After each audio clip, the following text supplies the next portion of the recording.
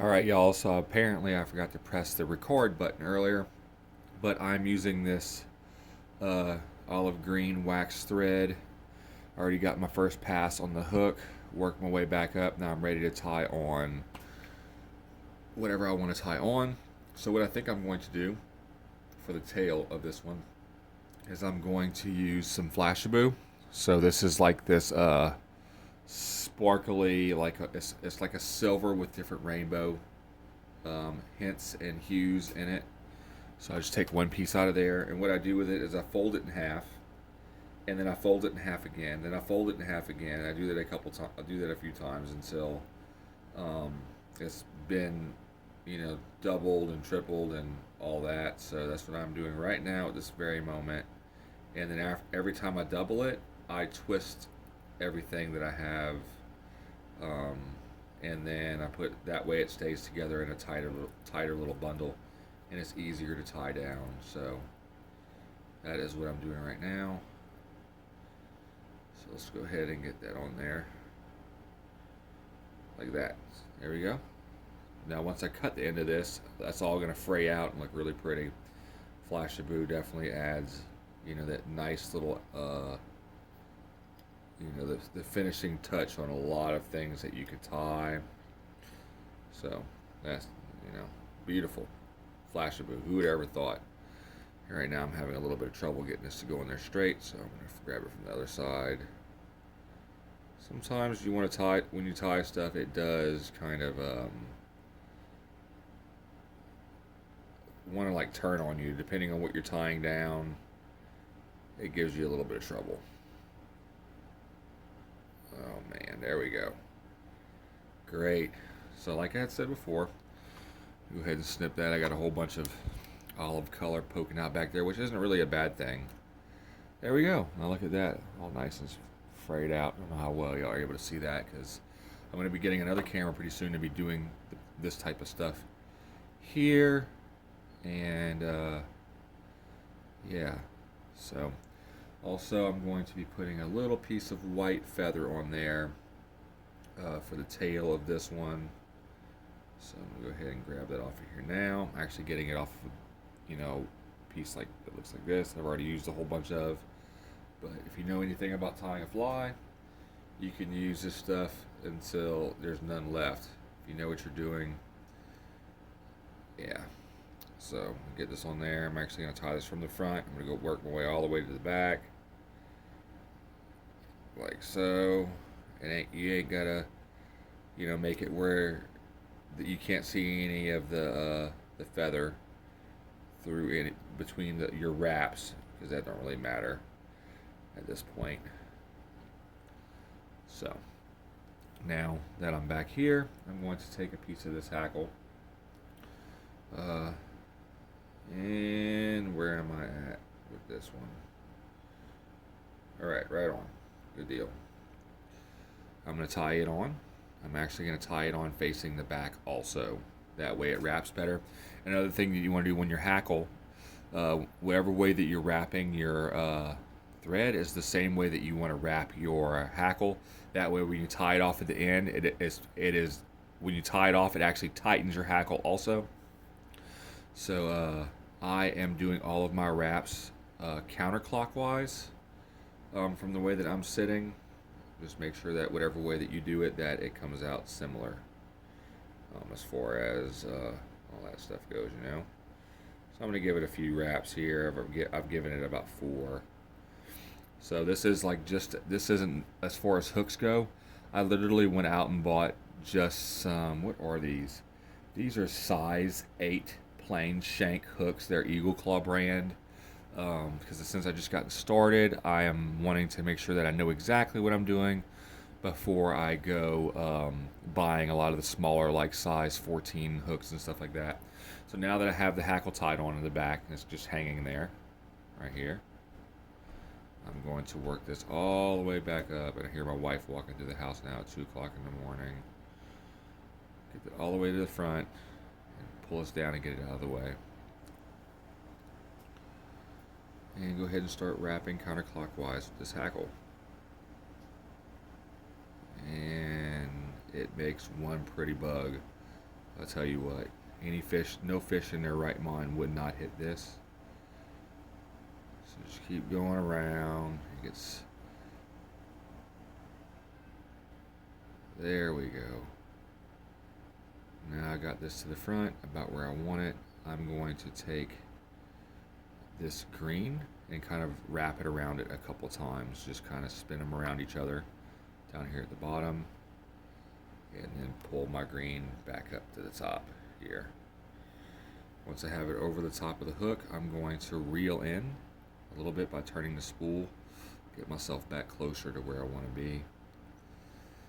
Pull this back out the way again, give myself a couple more wraps. There we go. And I'm going to cut this rest of this hackle off. I could probably tie 4 flies with one, 9-inch or so piece of hackle. So I'm going to go ahead and cut this off. And there we go. Bam, I still have a good bit left. Enough to maybe even tie 2 flies with there. So now that I have that done, I am going to wrap some of my wraps in front of this flashabou. That way I can use the front of the flashabou also. I don't need to cut it off. It'll be there to add a little bit of color. I'm not going to put any wings or anything on the front of this stuff. These are all just little things I'm experimenting with, and they're going to look really good. Also going to trim up the back here. Let's see, about right there. There we go. Split it up a little bit.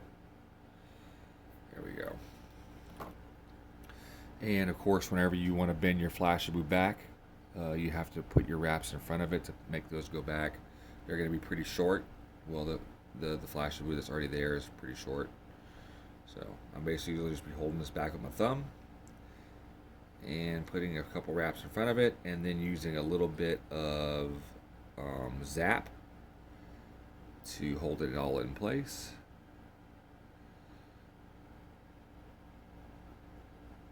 See.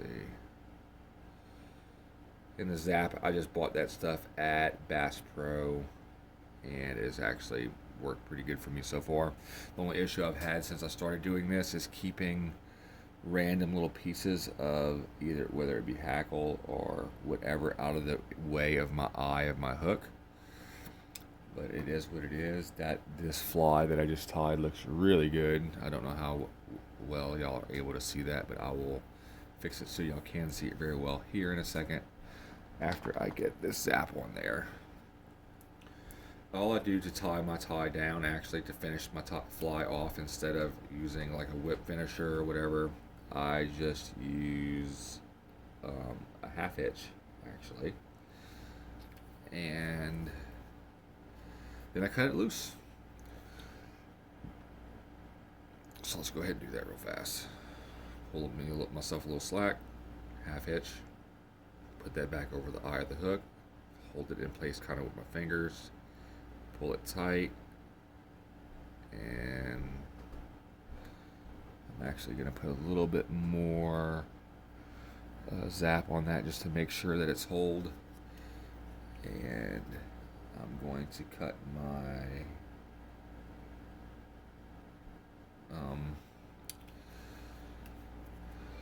string off after I hoist it back up here a little bit, right about there.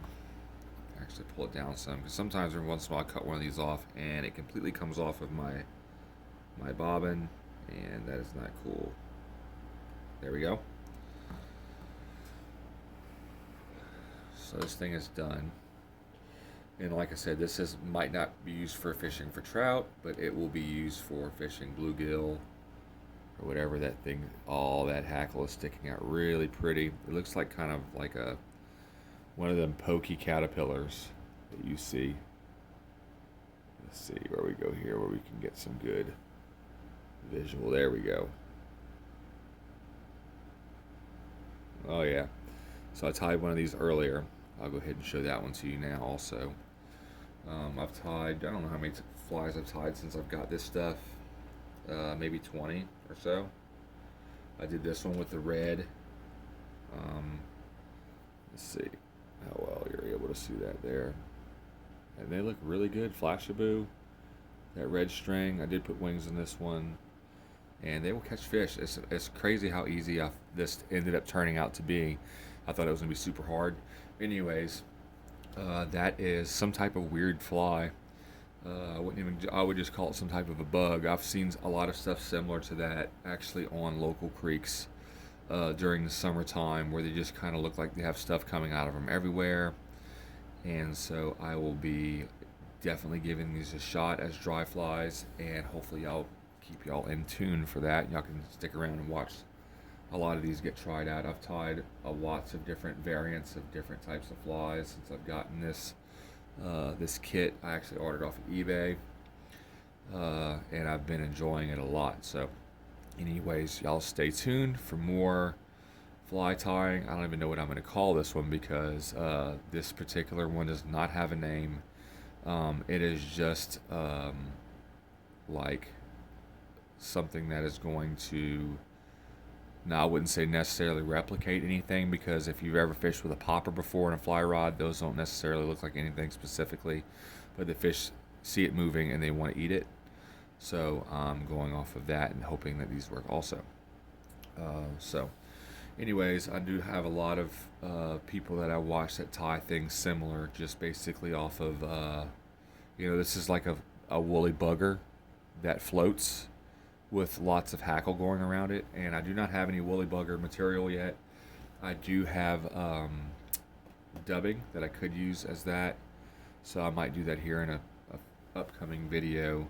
Have been having a little bit of issues getting my dubbing to stick to my waxed thread. I do not know why. Maybe I can flatten it out and pull split it in half with my tool here, and shove the dubbing through that and then twist it, and that might work better that way. Anyway, thank y'all very much for tuning in. Like I said, this is new for me, so y'all are watching a beginner start to learn some stuff, and if it's that easy for me to do that, where I'm able to tie a bunch of flies that look like all these up here. Don't know how well you are able to see those, but a lot of them do look really well. They do look good. So, and this is just stuff that I've just kind of started experimenting with. I don't know anything about this stuff. I'm not, no type of expert, but I'm able to tie stuff like that. So with peacock feather, flashabou, different color strings, and of course my beloved Zap. That stuff works amazing. I'm glad that I got it. So if this is something that y'all are interested in getting into, whether it be just to tie flies, to have something to do, or to sell them, or whatever it may be, all you have to do is order yourself a $30-some-odd fly tying vise and tools off of eBay. Get yourself some materials, deer hair, some hen feathers, hackle, or also you can, if you do some walking in the woods, you can pick up feathers on your own. Also have a whole bunch of these guinea fowl feathers that I did order. They're pretty cool. Got some really nice spots on them. I don't know what I'm going to use them for yet, but I'm sure I will use them for something nice. And eventually we'll get myself into tying some replicas of actual bugs, and I will tune y'all in for that also. So God bless every single one of you. Thanks you so much for tuning in. As always, like and subscribe, and I'll see y'all next time.